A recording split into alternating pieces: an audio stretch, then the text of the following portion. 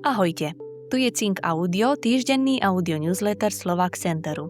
Ja som Andrea Irena Fábriová a v najbližších pár minútach vám zhrniem to najdôležitejšie a najzaujímavejšie, čo vyšlo na našom Substacku za posledný týždeň. Praktická poznámka na úvod. Celý newsletter máte aj v textovej podobe priamo na našom Substacku. A ak preferujete video na YouTube, odkaz nájdete v prvom komentári na sociálnych sieťach alebo priamo v texte na Substacku. Link doplníme. Tento týždeň sa niesol v 3 líniách. Po prvé, komunita a tradície Slovákov z Rumúnska na Slovensku, po druhé, portréty osobností, ktoré držali a držia jazyk pri živote, a po tretie, silná technologicko-spoločenská téma o tom, čo sa stane, keď AI začne preberať jazyk, pamäť a rozhodovanie. Poďme pekne po poriadku. Začíname komunitou. V Cinku vyšiel článok o tom, ako si Slováci pôvodom z Rumúnska v Rohožníku a okolí osvojili nové tradície, vrátane tých z konca fašiangového obdobia. Spomína sa napríklad pochovávanie basy, symbolický prechod od zábavy k pôstu pred Popolcovou stredou. Je to pekný obraz toho, ako sa komunita mení. Niečo si prináša z domova, niečo preberá z nového prostredia a keď to robí spolu, vzniká z toho nová lokálna verzia tradície. Od tradícií prirodzene prejdeme k ľuďom, ktorí robia kultúru slovom. V sekcii portréty vyšiel portrét Jaromíra Nováka, básnika, novinára a človeka slov. Text mapuje jeho cestu z Nadlaku cez Bratislavu do Bruselu a ukazuje, ako môže hlas z malého mesta na rumúnsko-maďarskom pomedzi rezonovať aj v európskom priestore. Je to pripomienka, že diaspora nie je len geografia, je to aj tok príbehov, jazykov a skúseností. Ďalší portrét sa venoval Ondrejovi Štefankovi, básnikovi, prozaikovi, eseistovi, redaktorovi, prekladateľovi a verejnému činiteľovi. Portrét pripomína jeho životné ukotvenie v Nadlaku, jeho učiteľské roky a jeho významnú rolu v literárnom živote, vrátane práce v literárnom krúžku Ivana Krasku. Z textu cítiť jednu dôležitú vec, že literatúra v našom prostredí nevzniká vo váku, ale vyrastá z miest, škôl, knižníc, krúžkov a z ľudí, ktorí to roky držia pokope. A teraz sa dostaneme k udalosti, ktorá tieto portréty krásne doplňa priamo v praxi.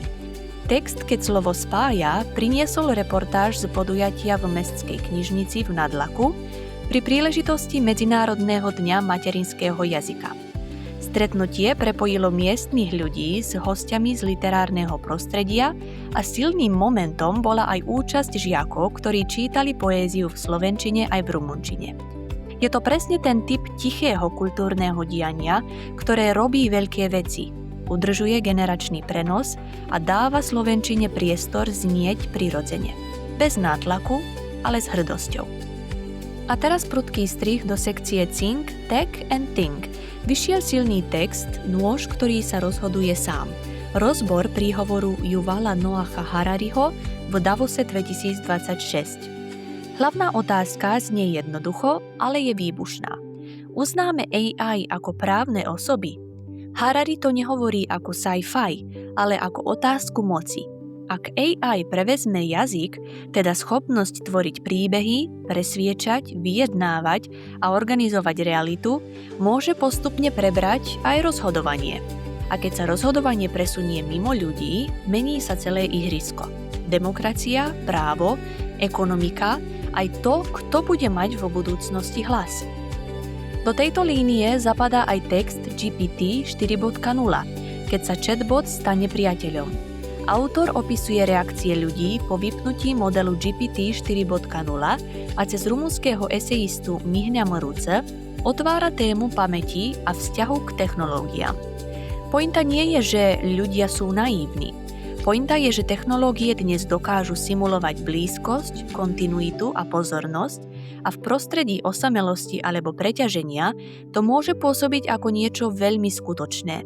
Je to výzva premýšľať, ako si nastavujeme hranice, čo od technológií očakávame a čo si nechceme nechať zobrať z ľudského sveta.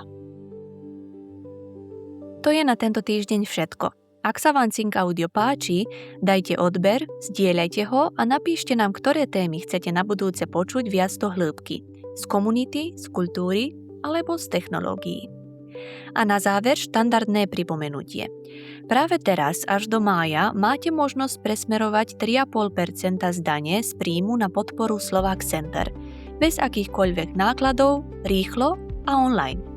Formulár vyplníte za 2 minúty naskenovaním QR kódu na obrazovke, cez link v tomto článku na Substacku, cez link na našich sociálnych sieťach alebo v prvom komentári na YouTube. Malé percento, dlhý dopad pre kultúru, pamäť a budúcnosť komunity. Ďakujem, že ste s nami, prajem vám pokojný týždeň a dovidenia.